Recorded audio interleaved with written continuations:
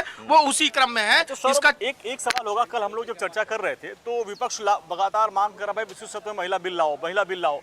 अब जब बिल आया तो पहले क्रेडिट लेने की बात आई कि भाई ये तो बिल हमारा कांग्रेस का है, लेकिन अब उसमें पेच फंसा जा रहा है। क्या लग रहा है कि इसकी ये जो मास्टर स्ट्रोक है केंद्र सरकार का, जो इंडिया गठबंधन उसमें फंस रहा है, या वो इसका विरोध करे, स्वागत करे, क्या करें लोग? फंस गए लोग। नहीं, बिल कब लाया गया था? कांग्रेस ने बिल कब लाया था? ना वो करे, हम 2010 में लाए थे। 2010 में लाया था ना। 2010 के बाद कांग्रेस को याद नहीं रहा महिलाओं के बारे में?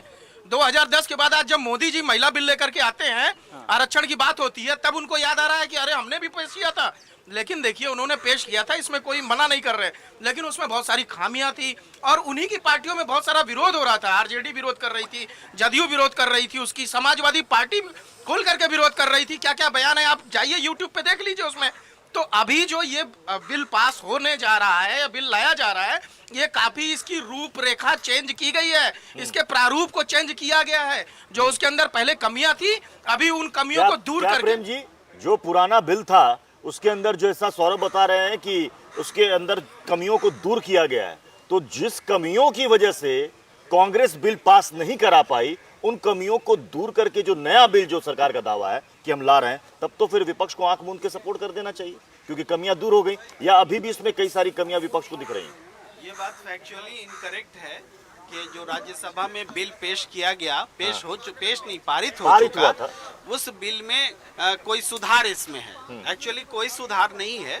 SC ST के तहत जो रिजर्वेशन, लेकिन उस बिल में सबसे बड़ी डिमांड कांग्रेस की सहयोगी पार्टियों की ये थी 2010 में कि कोटे के अंदर आपने कोटा नहीं रखा है, अनुसूचित जाति, जनजाति और ओबीसी बिल्कुल आपने प्रावधान नहीं रखा है। वो होगा तभी हम बिल पास कराएंगे, इसलिए लोकसभा में अटक गया। इन आपत्तियों के बावजूद राज्यसभा में पारित हुआ था।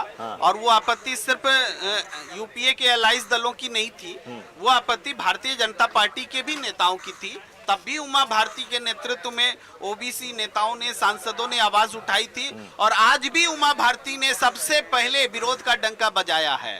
अभी इंडिया अलायंस का तो आज बैठक होगी, 10 बजे पता चलेगा उनका क्या स्टैंड है, लेकिन उमा भारती ने स्टैंड क्लियर कर दिया है कि 50% ओबीसी के लिए रिजर्वेशन होना चाहिए, इसके बगैर महिला आरक्षण का कोई मतलब नहीं है। यानी वो डिफरेंसेस बीजेपी में भी है, ये न कहें कि क्यों नहीं उस समय पारित नहीं, वो डिफरेंसेस राज्यसभा में तब भी पारित हुआ, लेकिन लोकसभा में जो रुका रहा, इसके लिए कौन जवाब देगा? यूपीए से के लिए आप 4 साल का जवाब मांग सकते हैं, 10 से 14, लेकिन 14 से लेकर 19 तक 9 साल का जवाब कौन देगा? ये बात है।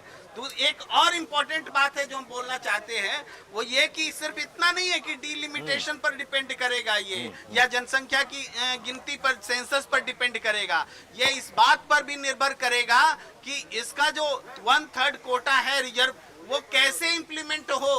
क्या जिसकी सरकार होगी, कोई राहुल गांधी का सीट रिजर्व कर देगा महिला के लिए, कि कोई नरेंद्र मोदी का सीट रिजर्व कर देगा महिला के लिए? ये काम कैसे होगा? ये स्टेट गवर्नमेंट पर डिपेंड करता है, इस कानून पर भी निर्भर करेगा। देखिए ये बहस, ये चर्चा